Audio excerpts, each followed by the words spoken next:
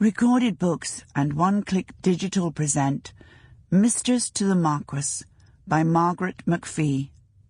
Narrated by Jilly Bond. Chapter 1. London, England, April 1811. Razeby, you surprise me. I wasn't expecting you until later. Much, much later. Miss Alice Sweetley's fingers were flustered as she shoved the sheet of paper she'd been writing upon into the drawer and rammed it shut. But her sudden anxiety had nothing to do with not being ready for her protector. Within seconds she was on her feet and hurrying towards the Marquis of Razeby to distract his interest from the desk.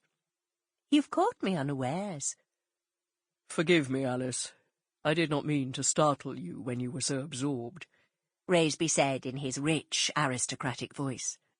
"Hardly absorbed. I was just writing a letter to a friend." In her nervousness, her natural soft Irish lilt grew stronger than ever, and she felt her face burn with traitorous colour at the lie. "Lucky friend." Razeby smiled with his usual good nature. She tensed in case he meant to quiz her on the fictitious letter and friend. But, true to form, Razeby trusted her and did no such thing. He did not even glance over at the little bureau. "Finish your letter. I will fetch myself a brandy while I wait." "I'll do no such thing." Embarrassment rippled through her, making her face grow hotter just at the thought of sitting back down at the desk with him watching. With a glance down at her shabby, moth-nibbled woolen shawl, and the morning dress beneath it, with its old-fashioned style, the pretty muslin faded and worn, she changed the subject. "Look at the state of me. I'm only wearing this old thing to keep my fine clothes good." It was a habit she found hard to break, having grown up with nothing. "And I've a lovely silk ready to wear tonight. I best get up the stairs and change into something decent." She made to pass him, but Razeby swept an arm around her waist, stilling her panic and pulling her against him. "Relax, Alice. You look beautiful just as you are, as ever." His eyes, deep brown and true, met hers as he stroked an escaped strand of hair away from her cheek. "And have I not told you?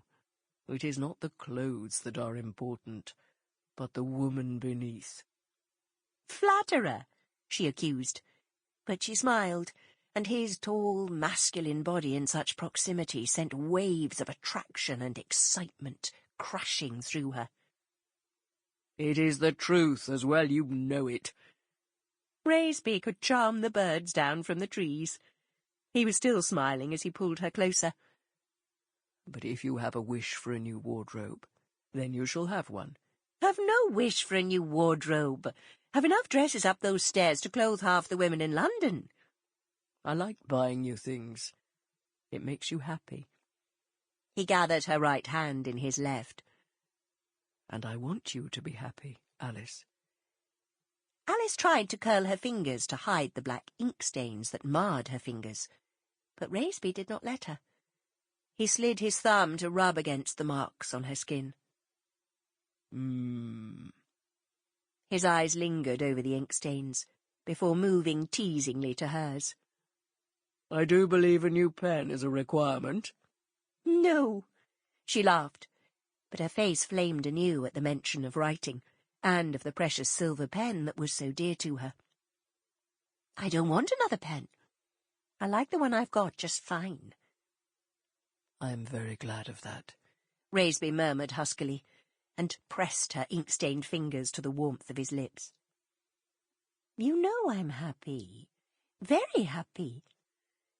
She paused before adding softly, "And not because of the things you buy for me." It was the truth. He smiled a strange, almost poignant smile, stroked his fingers against her cheek, and stared into her eyes. And it did not matter that she had been his mistress for 6 months, sleeping with him nearly every one of those nights.